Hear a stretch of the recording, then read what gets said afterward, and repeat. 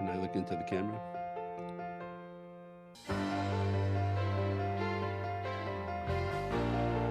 And Pat, I look into the camera, right? Morning glory and evening grace, America. I'm Hugh Hewitt. It's always fun to meet a legend.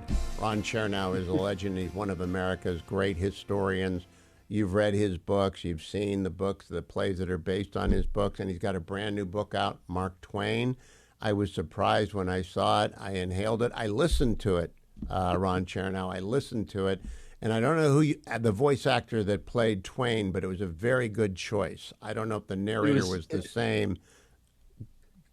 His name was Do you have Jason any? Cope, and I had a hand in choosing him because when he reads the quotes from Mark Twain, there's this delicious twang in his voice. He really captured the personality. So I think it's a real It, treat to listen to the book. it is a fabulous book to listen to, and it's a long, good, deep read. Let me give you my first impression and my first question. I didn't know much about Mark Twain other than Huck Finn, Life on the Mississippi, the big names, and I knew what his job. I knew he helped Grant out at the end of his life, but I didn't know much else. What an extraordinary amount of grief he carried through his life. Do you think many people know that? No, I don't think so. I mean, this is a story on the one hand of great literary triumph, and on the other hand, of tremendous personal tragedy. And I think that this is one of the things that makes his life so interesting, that it's so contradictory. And I found you that he very much, fits the stereotype of the funny man who's sad underneath. That we all have a stereotype of Mark Twain as this charming, irreverent character in the white suit with the cigar, and he's spouting witticisms, and he has a merry twinkle in his eye. And that was true as far as it went. He was the great platform artist of his day, as well as a great novelist. But under the surface, he had a very, very tormenting personal life.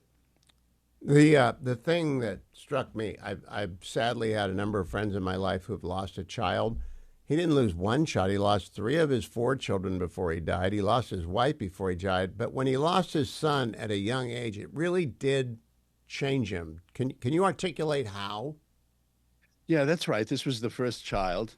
His name was Langdon. His in-laws were the Langdons, and young Langdon died at 18 months. Mark Twain had taken his son out driving on a very chilly May morning.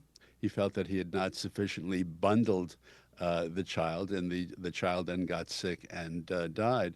And Mark Twain really flagellated himself about this. He was consumed with guilt, although all of his relatives said that Langdon actually did not die as a result of the ride, but that he got diphtheria. But Mark Twain had a tendency to lash himself with guilt. And you're right, Hugh. I mean, one of the contradictions, one of the sad things about this story is that the man who made the world laugh more than anyone else, had so much private grief. By the time he dies, he's not only buried a son, he's buried two of his three daughters and his wife as well. So towards the very end of his life, he becomes rather bitter and pessimistic, and he says that anyone who's not a pessimist is a damn fool, and even goes so far as to say that there was never a life worth living.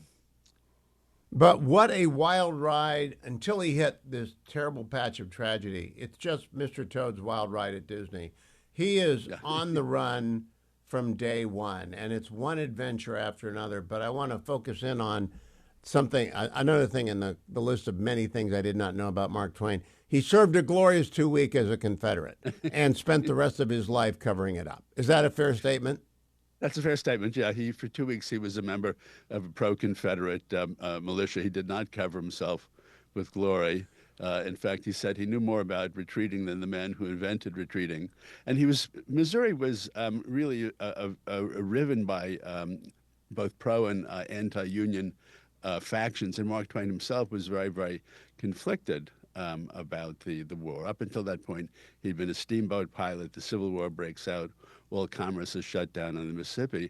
And then he was very, very lucky that his older brother, Orion, had just been appointed secretary of the Nevada Territory. Mark Twain always has a tendency to land in places that are kind of full of life and colorful characters. So he goes out to the Nevada Territory. It was actually the site of the the Comstock lode, the biggest silver mining boom in American history. Mark Twain tries his hand at mining, and he's flat broke.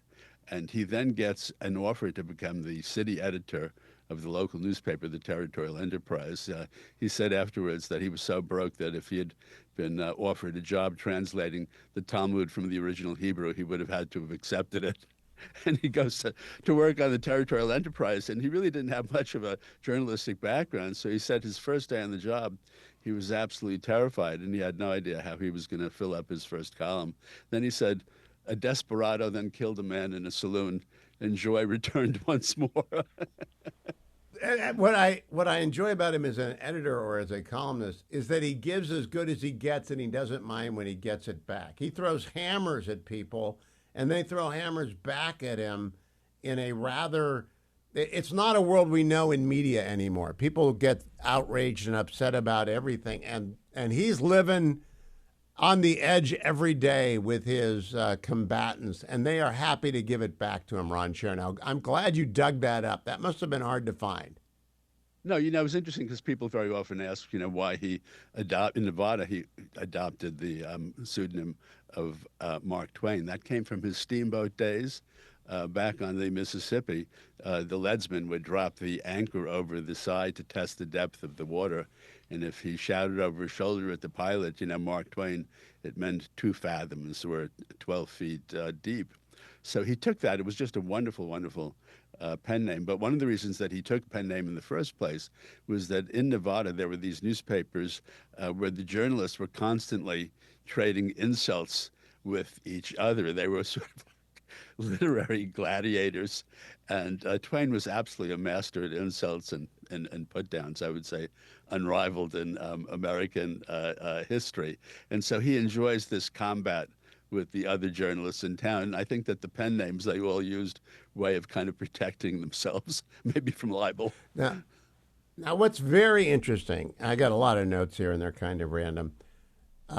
His pilot days matter a lot to him, and I'd like you to expand on that. Also, the fact you can't go home again and relive your pilot days because you're a celebrity.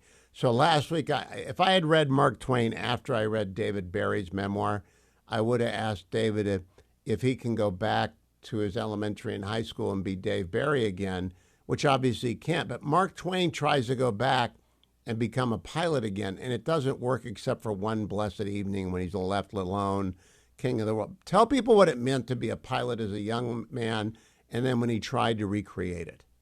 Well, Mark Twain grew up in a town called Hannibal, Missouri. It's tucked up way up in the northeast corner of Missouri on the Mississippi River.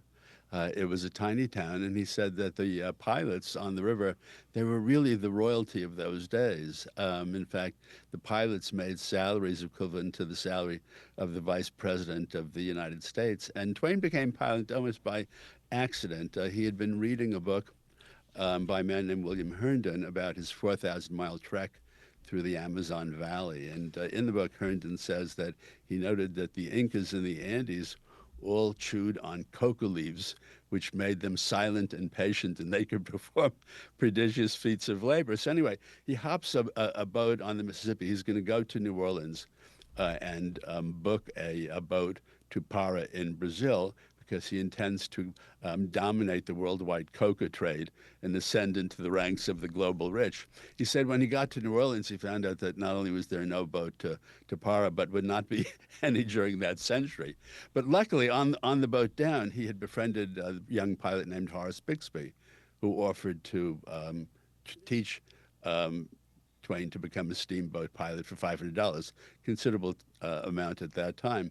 And Mark Twain had been, he was kind of a cut up as a kid. He was very mischievous, loved playing pranks on people, lackadaisical. He was a master not at studying, but playing hooky. And suddenly the Mississippi to become a pilot was extremely difficult because the river was so large and so mighty that it was constantly reshaping itself. So he had to, in order to become a pilot, he had to memorize every snag and bend and shore on the river. And he was tremendously proud of the fact that he got the pilot's license in 2 years. And he said afterwards that was the darling existence. There has never been anything comparable to it in my life since, which must have come as news to his wife and three daughters when they read that comment. But it was just enchanting, and I think also, for a future a novelist, every type of personality was aboard those ships, traveling salesmen, circuses, minstrel shows, you name it. So he could not, he had a whole colorful menagerie of characters who would then show up in his books. And then when he comes back, and it's got to be 40 years, and he tries his hand again, everything has changed. The river has physically changed. Towns aren't there anymore that were on the river's edge. They're now inland because the Inland, I know. Mississippi. It's wild. It's a biography of the Mississippi in small, and it's a large biography of Mark Twain. But you do get the history of the river in there. Yeah, absolutely. I mean, the power of the river was almost inconceivable. The towns that had, been on the water, suddenly he's startled to find that they're now several miles inland. It was that strong. And he realized that in order to qualify anew for a pilot's license, it would be like starting from scratch. 20 years later, this was an entirely new river. I also think, Hugh, that he liked this idea of kind of preserving intact all the memories of his childhood and his, day on the steamboat. I think that he didn't want later memories to intrude on that. And I think that when he went back to the river, by that point also, the railroads had come in. The railroads were taking a lot of the business away from the steamboat. So the steamboat business had become, a rather depressed business. So I think that he just wanted to keep in his memory those glory days intact. And he wrote a fantastic book called Life on the Mississippi. And I think that when he was in training to become a pilot, it suddenly gave a structure and a discipline to his life. It was something that challenged him, and he had a fantastic memory, sometimes a memory that embellished things a little too much, but in general, he had a fantastic memory, and always looked back on his days on the river as the high point of his life. Now, there are many characters, Ron Chernow, in this book that I could talk to you about forever. I want to talk to you about one that might be a little bit odd, Joe Twitchell. Because Joe Twitchell is one of those people who, I mean, he caught my attention early on. He threw out the whole book, and he is a friend of the famous. And he's a good friend. Tell people about Joe Twitchell. Yeah, well, first I should say, Mark Twain married an heiress named Olivia Langdon. Twain was making a lot of money from book royalties and also from lecture fees. He marries this heiress, Olivia Langdon, from Elmira, New York. So they're living in a mansion in Hartford. It still is there, 25 rooms, 11,500 square feet. They have a loyal team of six servants. But when Mark Twain meets Livy, Livy was very aristocratic. She was very proper, and she was very religious, which Mark Twain was not. And so at first he became very close friends with Joseph Twitchell because Twain was trying to convince Livy that he was going to, be a good, sound Christian who prayed every day and went to church on Sunday. And that was the start of the friendship. And Joe Twitchell, congregational minister, was actually a lot like Mark Twain. He was a colorful character. He was a great raconteur. He was a hearty man, and they had a fabulous relationship. And it was interesting, Hugh, that Mark Twain did not have a lot of friends. He had a million acquaintances. I mean, later in his life, he was the toastmaster at every banquet in Manhattan. But he let very few people into the privacy of his own emotions. But toward the end of his life, and I thought it was an excellent observation, he needed a home. He always had to have a home around him. And as his family died off, I think it's the Hamiltons in Bermuda, I can't remember their name, he would seek refuge with people who would produce home. But Twitchell is always there. I mean, a friend indeed. It's always remarkable to me that there are people like this. Now, let me ask you about Livy and her influence on Twain. She is his opposite in many ways, and she dies before he does, and then he loses his daughter. Does she change him at all, Ron Chernow, or is she just changes him? She changes him profoundly. Again, Mark Twain is from this, a backwater on the Mississippi, this small town. He said when he met Livy Langdon, he was a mighty rough, coarse, unpromising subject. And Olivia was very prim and proper, and she really made him presentable in polite society. With her husband, Mark Twain could be very volatile and temperamental in his emotions. And she trained him in what we would today call anger management. He had a Yeah. tendency, when he got angry at someone, to sit down and write a very impetuous, angry letter. And she trained him, when he wrote such a letter, to stash it in the drawer and write another one when he cooled down a few days later. There were also a lot of letters in his papers where they had been to a dinner party the night before. And you could see Twain will write to someone who had been at the dinner party. The madam tells me I might have been a trifle sharp and brusque with you last night. I really didn't mean to offend you. His wit was so sharp, he often did not realize that he could be, quite so cutting. And in fact, they developed a system at dinner parties of color-coded cards. If Livy held up a red card, it meant to Twain, stop monopolizing the woman on your right. If he held up a blue card, it meant that you're going to sit there all night not talking to anybody. The three daughters called this process mother dusting off father, and she really enabled him to exist in this very kind of polite, fancy society that they inhabited. And so I think that she really helped to tame this very volatile Well, personality. I have to say, she had a lot of courage in terms of marrying Mark Twain, who swept into her life like a tornado. let's get to the central contradiction of Mark Twain's life. He is a Confederate who spends the rest of his days running away from being a Southerner. So I've never really connected the dots. I've always known he's Mr. Mississippi and Mr. Missouri and Hannibal, but I kind of knew he was a Yankee too, Connecticut Yankee, King Arthur's Court, Prince of the whole thing.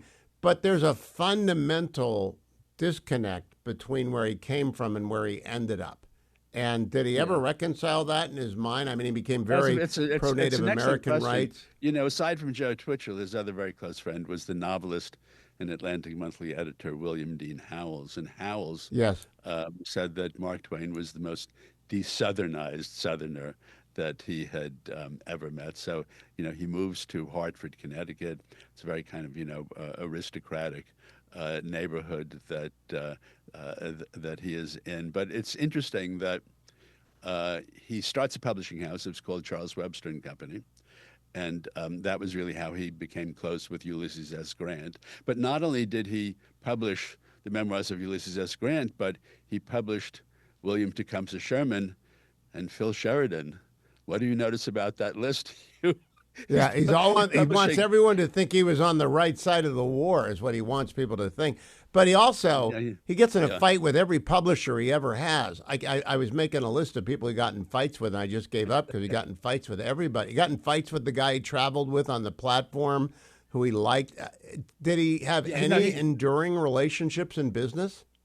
Well, it was interesting with the publishers. He was convinced that all of the publishers were scoundrels who were cheating him, which is why he started his own publishing house. But I think it was a lesson in humility. And one of his failures as a publisher has sudden topical relevance because he signed up the authorized biography of the Pope, and the Pope was Leo the 13th. We now have Leo the 14th, and Leo the 13th was actually... Yeah, but Leo the 14th, Leo the 13th was this very transformational pope. Well, Mark Twain, with his vivid imagination, was convinced that every Catholic on earth was going to rush out and buy the authorized biography of the Pope. When the Pope himself was told about this, the Pope, with his papal infallibility, said he could not imagine all these Catholics rushing out to read about him. And it turned out that the Pope was right and Mark Twain was wrong. But in all of his business ventures, again, he had a very vivid imagination for success and a very impoverished imagination for failure. The failures always blindsided him. There's a little bit of paranoia. Well, there's a lot of paranoia as he gets older, but that might just be the result of age and disappointment and grief. But there's a lot of paranoia here, and can he hold a grudge? Let me close by talking to you about this. Mark Twain, you've written Grant and John D. Rockefeller, of course, Hamilton. You've written all these amazing books. You choose Mark Twain. Until I was done, I didn't realize he is a transitional figure for a transitional age. The end of the Civil War is the end of the Civil War. Reconstruction's a mess. And we don't really pick up American history in any detail until the Depression. It just kind of happened. There's World War I and there's Woodrow Wilson, but Mark Twain is the character that gets us from the Civil War to the 20th century. Is that why you picked him? Well, it was interesting, because I had written about all of these, for want of a better word, kind of Eastern establishment types. And Mark Twain was, I think, the one, who brought into American literature the kind of wild, throbbing energy in the heartland. He wrote about ordinary people and all the small towns and river towns and prairie towns in the country. He wrote about ordinary people. He wrote in the vernacular of their own voices.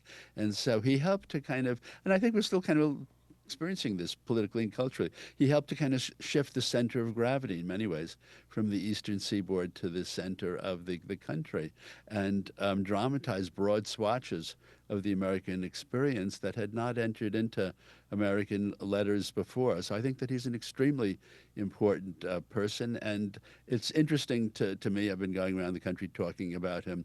Every American, even if they've never read a line of Mark Twain, they feel that they know him. They feel that he is part of the American character. When he died, the New York Times made the statement in the obituary. So it's hard to imagine that there was ever a time where America didn't have Mark Twain. It was very difficult to picture the country without him. And I think that even now, more than a century after he died, I think that statement is still true.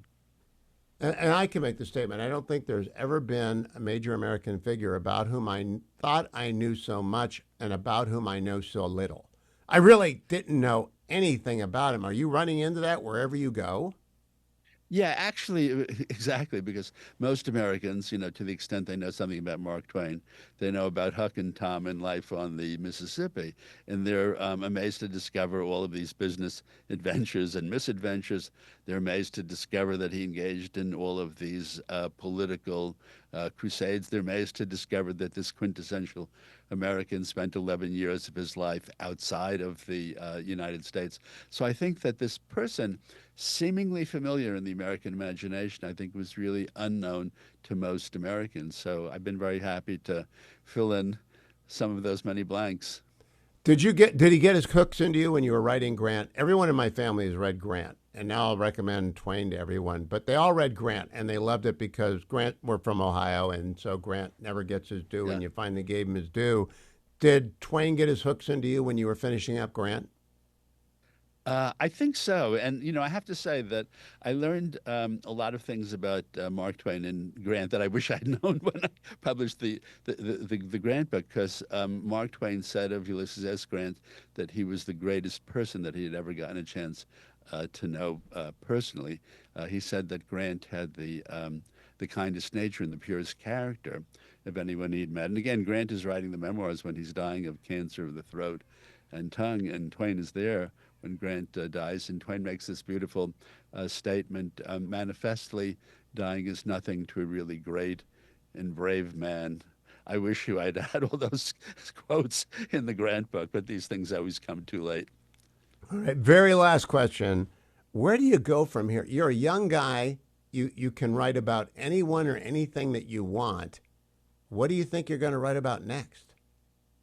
I'm not sure, but one thing that I have tried to do is to periodically keep changing directions. I started out with the Morgans, the Warburgs, the Rockefellers, writing about American business, finance, Wall Street. Then I kind of segued into founding fathers, then presidents and generals, moved from the American Revolution to Civil War and Reconstruction.